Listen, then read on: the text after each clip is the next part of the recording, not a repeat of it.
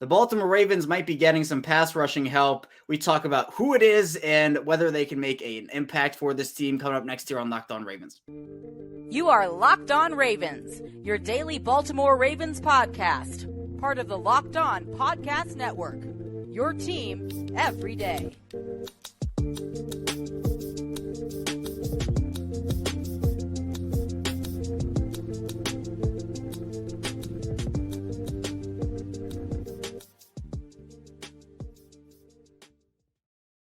Welcome in here to another edition of Locked On Ravens. We're, of course, your daily Baltimore Ravens podcast, and I'm your host, Kevin Oestreicher of Ravens Wire. We're here, as always, on the Locked On Podcast Network, your team every single day. Thank you so much, as always, for tuning in, making us your first listen every day, free and available, all platforms, including in video form on YouTube. You can see my face, my background, everything there. 5-day-a-week Ravens podcast, and here with me on this Thursday to discuss some Ravens news. We have actual new news to talk about here is Jake Louque of Exit 52. Obviously over there with Spencer Schultz and three others. It's five over there at Exit 52. Jake, I appreciate you coming back on, and I'm excited because training camp obviously officially begins next week. The rookies reported on Tuesday, and we have an opportunity now for this Ravens team to get up to speed and have a good preseason and hopefully have a good regular season also.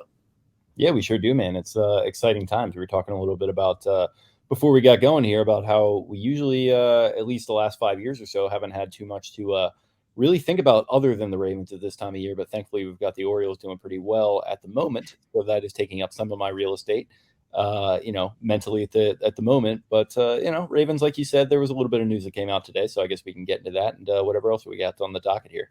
Yeah, the Orioles are exciting right now. Baltimore is a sports town. They're a sports city, and I know that a lot of people say, "Oh, they only have the Ravens and the Orioles." But I'm telling, when both teams are on, the city is absolutely electric, and that's what we have here because the Orioles are good. The Ravens are expected to be really good, but I know, Jake, there are a couple of areas on the roster where I'm kind of feeling like, oh, they could maybe use to add some depth here. Who knows when it's going to be? Ian Rappaport on Wednesday put out that the Ravens are bringing in Dawuane Smoot, or he's set to visit the Ravens. Dawuane Smoot is early next week. Now, this is interesting because I know whenever we talked about pass rush, Dawuane Smoot is someone 28 years old. He's an inside out. He almost reminds me of the mold of Jason Pierre-Paul, can play on the inside and on the outside. And he's had 22 and a half sacks over the past 4 seasons, at least 5 sacks over the past 4 seasons in each of those years.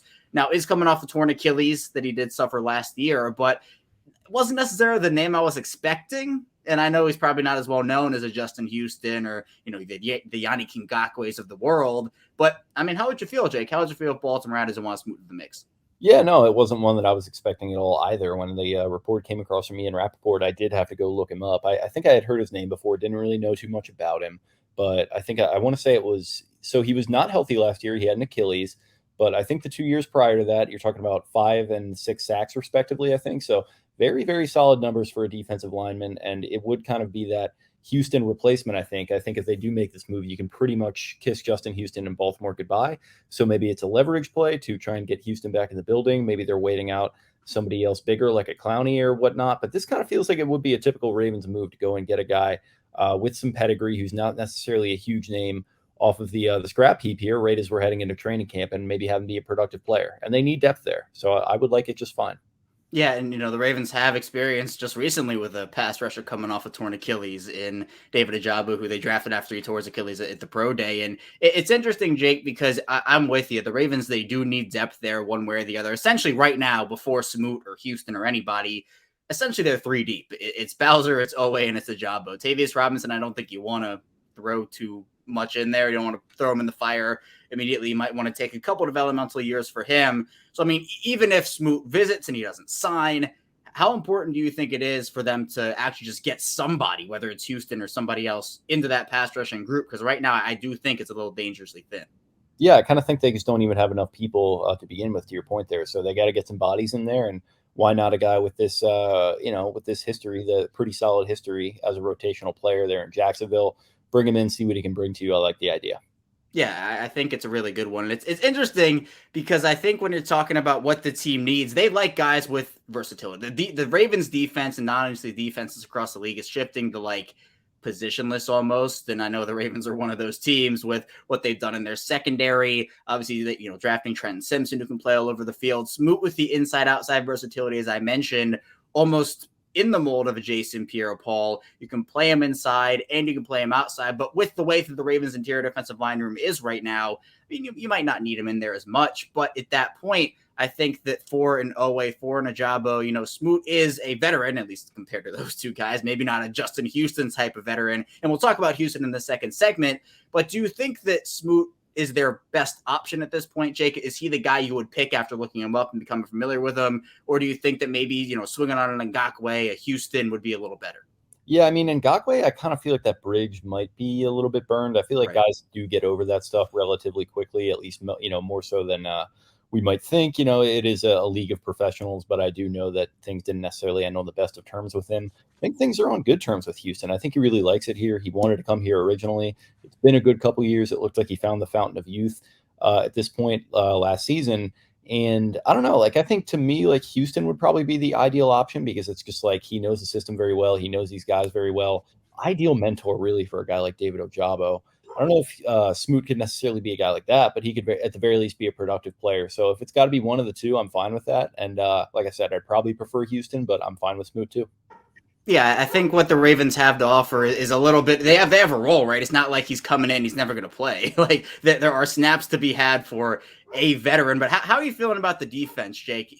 With Smoot or without it, feels like they found something towards the end of the season, and especially in that Cincinnati game, they played him really tough, and honestly probably should have won the game, albeit for that Tyler Huntley fumble that we're not going to talk about. We're going to try to push that aside and never think of it again. But how are you feeling about the defense as a whole, with even the lack of depth at edge and maybe even corner, if you think so at this point? Yeah, no, I mean, the lack of depth and edge at corner are the big things, aren't they? I feel like they're pretty solid at the starting positions. Marlon Humphrey is always going to be as good as he is. I think safety, you're looking at safety being even better this season than it was last year, with Kyle Hamilton coming into his own and with him playing a little bit more of a multiple role. I think people are kind of expecting him to just kind of now be a box safety with Marcus Williams coming back into the mix. But John Harbaugh talked a little bit during OTAs, I think, about how it's a lot more multiple with safeties, and with Hamilton's physical abilities and with his mental abilities getting up to speed as quickly as he has, he's going to be doing a lot more multiple stuff. So bringing him and Marcus Williams, ideally, healthy for 14, 15, 16, 17 games, whatever it is throughout a season, that would be good. But I mean, outside of that, you have some other stars in the likes of a Roquan Smith. You have some really good supplemental pieces in a Patrick Queen. So there's just, really good options at every single level, but there is kind of a glaring lack of depth behind Humphrey and behind Rockison, who's a little bit of a forgotten man right now. I think that's kind of an underrated signing that is going to be a good one for them. But below that, it's a lot of unknown names at cornerback, and that has bitten them in the past. It did at times last season. And then unknown names along that defensive line and in the pass rushing department specifically. I mean, when is the last time this team has had one guy that can line up over the top of a tackle and just go get a sack by himself consistently over the course of an entire season? It's probably been since peak Terrell Suggs, and that's been a long time. So they need Ojabo to be that guy, I think, because I don't know if it's going to be Owe, and I don't think it's going to be anybody else that they have in the rotation right now. So, and to that point, I think Ojabo definitely has time. This is technically his rookie season. Obviously, he's been in the league, but only played in one game, had the strip sack. But do you think this is somewhat of a make or break year for Odafe Owe, or do you think even if he doesn't have a good year this year, you would say, oh, all right, well, then next year's the make or break year for him? Yeah, no, I kind of do think this is going to be it. The clock just moves so quickly in the NFL, man, with the way that the rookie wage scale works. It's like you got to know about a guy within the first 3 years, and ideally earlier than that sometimes. And it's good to have that fifth year option, but I mean, those cost a lot of money. So if you want to exercise that on Owe, you better make sure that he's worth it. And so I do think we are kind of getting to that point with him, and we're getting to that point with his, guy that got picked within a couple picks of him and Rashad Bateman. We don't have to get into that right now, but it's getting late early for that 2021 draft class, and the results are not super promising right now. Yeah, could be, 3 straight fifth-year options decline without these Patrick Queen getting his decline this offseason. And if Rashad Bateman and Odafe Owe can't show the Ravens that, that deserves to be. And the way the fifth-year option, it's changed. Was it, 3-4 years ago that the new CBA came in with the fifth year? So it's more incentive-based now. So the fifth-year option, for a guy like a Rashad Bateman or Odafe Owe, if that number's not worth it to the Ravens, then all of a sudden – maybe that gets declined. They're looking for a new deal elsewhere. But coming up in the second part of the show, we'll talk about Justin Houston a little bit more. And if the bridge does sail, what Dawuane Smoot would bring to the team. So be sure to stay tuned. We'll have to dive into on Locked On Ravens. But first, this episode is brought to you by eBay Motors. And I'm super excited about this because our partners at eBay Motors have teamed up with Locked On Fantasy Football, who's been here to bring you some of the best fantasy picks each week, all season long. I'm a big fantasy guy. I obviously do the Locked On Ravens fantasy leagues. I'm in a couple dynasty leagues myself here, whether you're prepping for a draft or scouting the waiver wire, though. Every week, we're going to provide you with players that are guaranteed to fit on your roster. And there's a lot of draft prep that's going on right now. So with draft prep underway for the upcoming season, let's see who Vinny's picked out for us for this week's eBay's Guaranteed Fit fantasy picks of the week. So let's talk a little bit about Jonathan Taylor and Nick Chubb right now, because if you're looking to make a smooth turn in your fantasy football snake drafts with last pick in the first round, first pick in the second round, if you get that like 10th and 11th or 12th and 13th, you'll be guaranteed to have a winning 1-2 punch of workhorse power in your backfield when taking the Colts Jonathan Taylor and the Browns Nick Chubb back-to-back, two of the top running backs in this league. I love Nick Chubb as a fantasy running back. Jonathan Taylor, too, obviously is a great player. While Taylor's a perfect rebound candidate in a more run-friendly overall offense in Indy, Chubb is also set up to dominate with more of a combined workload in Cleveland. No Kareem Hunt in Cleveland, too, so that could work out to Nick Chubb's advantage. Vinny Iyer from Locked On Fantasy Football is going to help you win your fantasy championship, and eBay Motors knows championship team is about each player being a perfect fit, and that's the same with the vehicle. So with eBay Guaranteed Fit and over 122 million parts and accessories for your vehicle right at your fingertips, you can make sure your ride stays running smoothly. Air filters, brakes, batteries, taillights, they have it all. Alternators, shocks, struts, you name it, eBay Motors has it, and they'll make sure it's the right fit for your car, because eBay Guaranteed Fit helps you understand exactly what parts you need for your vehicle the first time. So go for it, switch gears, crank the AC, and say goodbye to sweating if your ride needs a little fixing up, because now you know you'll always be set up for success from the get-go. With eBay Guaranteed Fit, everything your vehicle is calling for is just a click away. For the parts and accessories that fit your vehicle, just look for the green check, get the right parts, the right fit, and the right prices. ebaymotors.com. Let's ride. eBay Guaranteed Fit, only available to U.S. customers. Eligible items only. Exclusions apply. We're back here, our second segment of Locked On Ravens. Jake Louque still here with me, Kevin Allstriker. And Jake, you mentioned Roquan Smith. I know the last time we talked was before the draft, and we said, you know what the Ravens are going to do when that second-round pick comes up. They're going to say, Roquan Smith is our guy. We got him. And I was waiting the whole second night up until that pick. And I remember I tagged you on Twitter. That, to me, when you're talking about veterans on this defense, Roquan Smith, I will say, pretty good second-round pick for the Ravens, yeah? Yeah, no doubt. I mean, it's a little bit more expensive of a second-round pick than you're used to, but man, it feels like it was worth it from what we saw last season, right? He joined that defense, and he took a good defense to an entirely new level. And I mean, it's easy to forget, man. Think back to that Dolphins game. Think back to some of those early games in the year when they just could not figure out what the heck was going on in the middle of games at times. It just felt like communication was a big issue.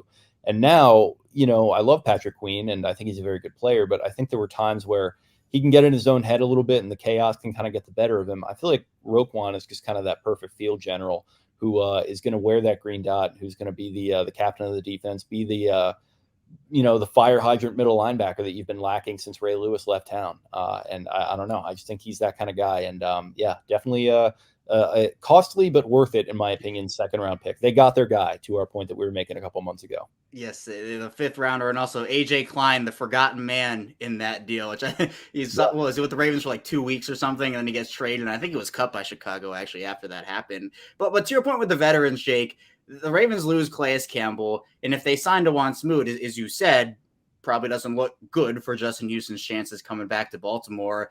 You mentioned Roquan Smith, stepping up, wearing the green dot, being that veteran leader. Marlon Humphreys talked about being more of a veteran leader on that defense. Then you have other guys like Michael Pierce and Tyus Bowser you can classify as a veteran now, and even a guy like Brent Urban. Would there be any worry for you losing Campbell and Houston in the same offseason, or do you think guys are ready to step up? I would say yes, a little bit, because I do think there's something to having vocal leaders that are able to get guys in line, to the point that I just made. But ultimately, like, these guys are all professionals. Like, you got to be able to lead by example. This isn't like that young of a defense. You've got Hamilton, who's going to be a young starter for you. You've got some other guys, like I mentioned, that are going to have to be rotating in at cornerback, that are young and that are going to need some direction. But ultimately, it is going to be on a Marlon Humphrey, who seems to have a lot to say in a lot of different contexts. And maybe it's time for him to channel that into some actual, like, serious leadership. Like, let's maybe see a little bit of that. Not that he hasn't done that, but maybe a little bit more of that from him, I think would be good. Yeah. And then it's just like you said, it's just time for some of these guys that are now going to be vested veterans to step up and do that in the way that I mentioned with Humphrey. So. Yeah, there are a lot of opportunities, leadership opportunities for guys to step into those roles, and guys to step into the middle. I remember when Pernell McPhee, they were looking for a guy to do the middle of the huddle stuff. Pernell McPhee was doing it. It's worth it to have some of those older guys on the roster, but this is a younger defense. But to your, I don't think it's like they're all 23-year-olds. They still have veterans on the defense too. But to the Smoot and Houston point, Jake, is there any chance, like, to me, if Smoot fills the Jason Pierre-Paul role, like the versatile inside-outside guy, is there any shot to you that Baltimore says, hey, we want to get even deeper at edge if they bring in Smoot and they bring in Justin Houston to be the pure, pass rushing specialist, to scale back on the snaps a little bit, if the money works out, obviously? Do you think that's any chance of happening, or do you think it's more of it's probably going one or the other? I would probably say one or the other at this point. They're so protective of their cap space when they're going into a season because they like to have flexibility to be able to make moves, which makes sense. You don't necessarily want to have a completely finished roster, even like through September to an extent. So yeah, I do foresee it being one or the other, but it could also be a situation where, let's say Houston's not even really decided on whether he wants to play in 2023 quite yet. That could be the case.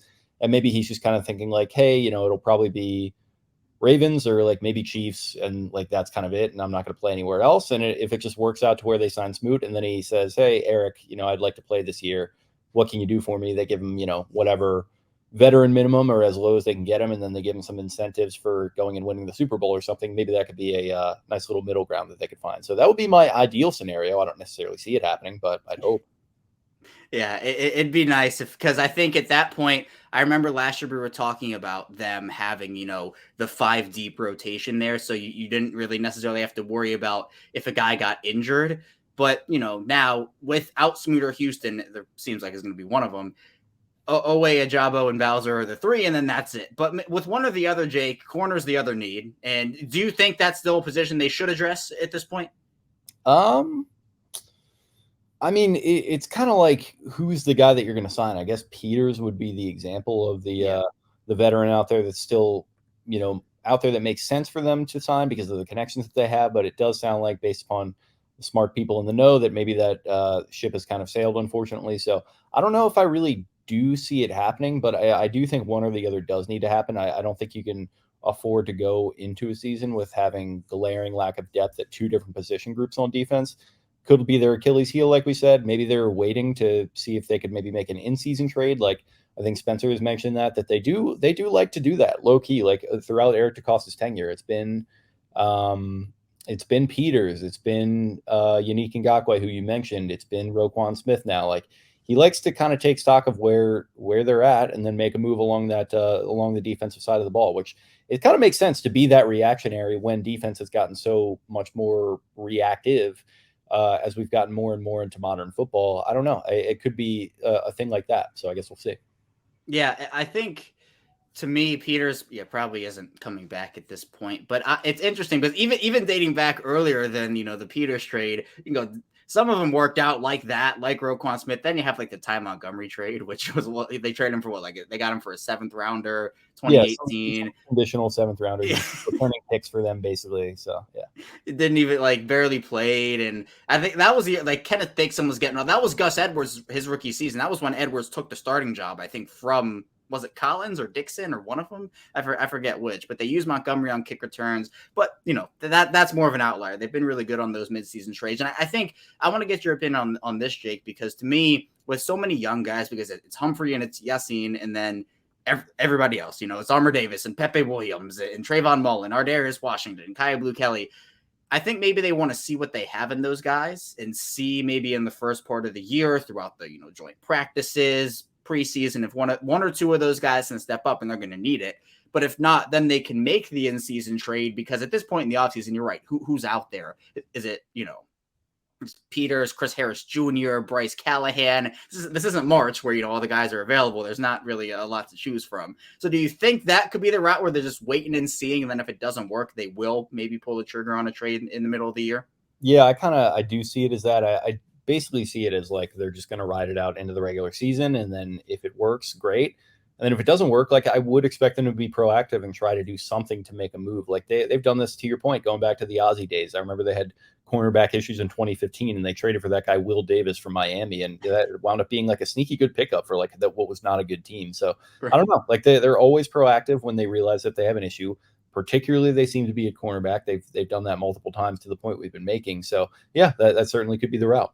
Yeah, I remember, even like in 2014, I'm still so mad that team didn't win because they lost everyone. They lost every single player in that. They signed Rashawn Melvin off the street and like all these random guys you would never heard of.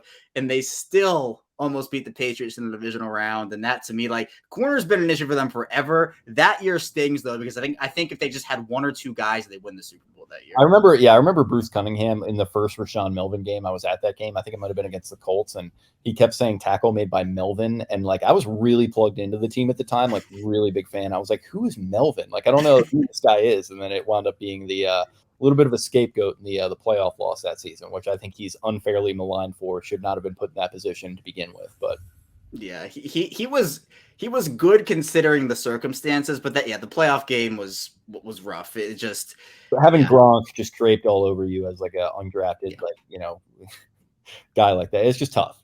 It's not an easy matchup, and I know that was, I think, the way that Steve Smith was going to get his ring, and I think that's also why I was like, that was the Kubiak offense. And then he leaves, and there was just a lot in there that I wish would have gone better for him. But let's do one more point on the pass rush, Jake. Baltimore's losing about 18 or so sacks if Houston doesn't come back between Calais Campbell and Jason Pierre-Paul and even a guy, some of the depth guys too. Do you feel like, with I think some of the inconsistencies you saw in the pass rush last year, they're better set up to have a pass rushing year that maybe is a bit better this year? Yeah, I think so. I mean, it just seems like there's a little bit more pedigree. Like, I think Ojabo, I don't want to like put too much pressure on him to begin with, like right out of the gates, but it does feel like he is going to be that guy that's poised to have a breakout year too. And we can't, obviously discount the addition of Chuck Smith and that coaching staff, and like being a creative guy that's hopefully going to be able to get a lot out of these young players like an Ojabo. And hopefully OA turns into something a little bit more productive. I feel like we have kind of given up on him a little bit, but maybe you just give up on the idea of him being an 11 sack guy, and maybe he can go out and be like a 7 sack guy. I think that will be perfectly fine for them, especially if they can get more production out of some of these other rotational pieces. So could be one of those years. Yeah, I think for OA, if he were to be one of those, like, the 7 sack guys, that at least shows growth to me, where, went from 5 to 2 last year. If he goes up to 7, you say, hey, you know what? Increased opportunity, increased. Well, this was a guy who the Ravens were expecting last year to be their number one pass rusher. Essentially, it went to Justin Houston just because he produced so much in the, first part of the year. And then, I think understandably so, kind of fell off a cliff in the second half. The season, everybody's tired and everybody's worried by the end of that. But I'm excited for the defense. I think they showed a lot towards the end of last season. And coming up in the final part of the show, we'll talk about if they can continue their momentum and get a new offensive system and have it work for them, and talk about if they can overtake the AFC. So we should stay tuned. A lot to get to still on Locked On Ravens. We'll be right back. We are back rounding out Locked On Ravens. Kevin Oestreicher is still talking with Jake Louque. And Jake, rankings have been pretty popular, at least on Twitter over the past week or so, where we're seeing quarterback rankings and Lamar being ranked too low and everybody arguing, is he a top 5 quarterback or not? He is, by the way. But regardless, teams are looking right now in the AFC. I say there are 13 and a half playoff teams in the AFC. I count the Raiders as half a team because I don't know what the heck's going on with Jimmy Garoppolo right now and if he's even going to play for Las Vegas this year. But the AFC is loaded. I have it like this. I want to get your opinion. Kansas City to me is in a league of their own.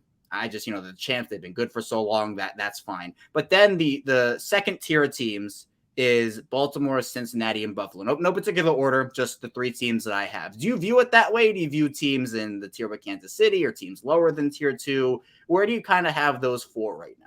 Yeah, I just got to go Chiefs number 1 no matter what. I just think Mahomes is just such a force multiplier. He has them in their own category, just like he's in his own category for the quarterbacks. But yeah, man, it's gonna be a dogfight. And I mean, Cincinnati, they've been at the top of the AFC North for 2 straight years.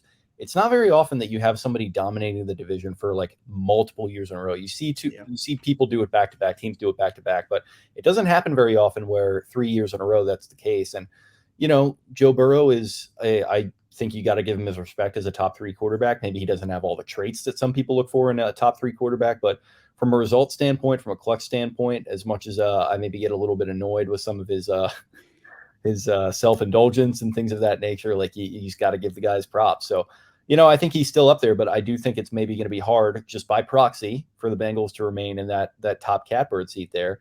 And I do think the Ravens have as strong of a team, if not stronger this year, and they'll probably have a little bit of an easier schedule.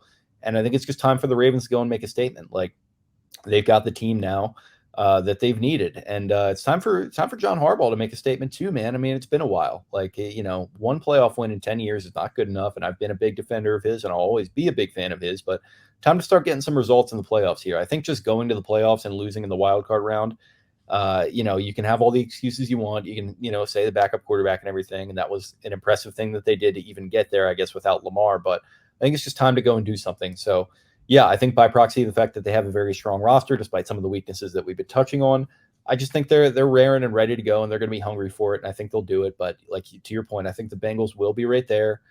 Bills are just always going to be weirdly very strong, man. They're always adding pieces that I forget about. Like, I forget that they've got a Von Miller in the mix. I forget that they have some of these guys. So they'll certainly be there in the mix. And I don't know. Outside of that, this is an interesting conference. Are the Dolphins going to be taking that next step, or are they going to turn into a pumpkin a little bit? I think I can maybe expect some of the latter there. I know some people are still bullish on them, but that could be a dicey situation. I think Jets, to me, are kind of interesting. Like, if Aaron Rodgers is every bit what they're saying, or even close to any bit of what they're saying he is, which is rave reviews, obviously, I think they'll be an interesting team, man. They've got all the pieces. So if they can put that together with him, that's looking like a double-digit win team to me.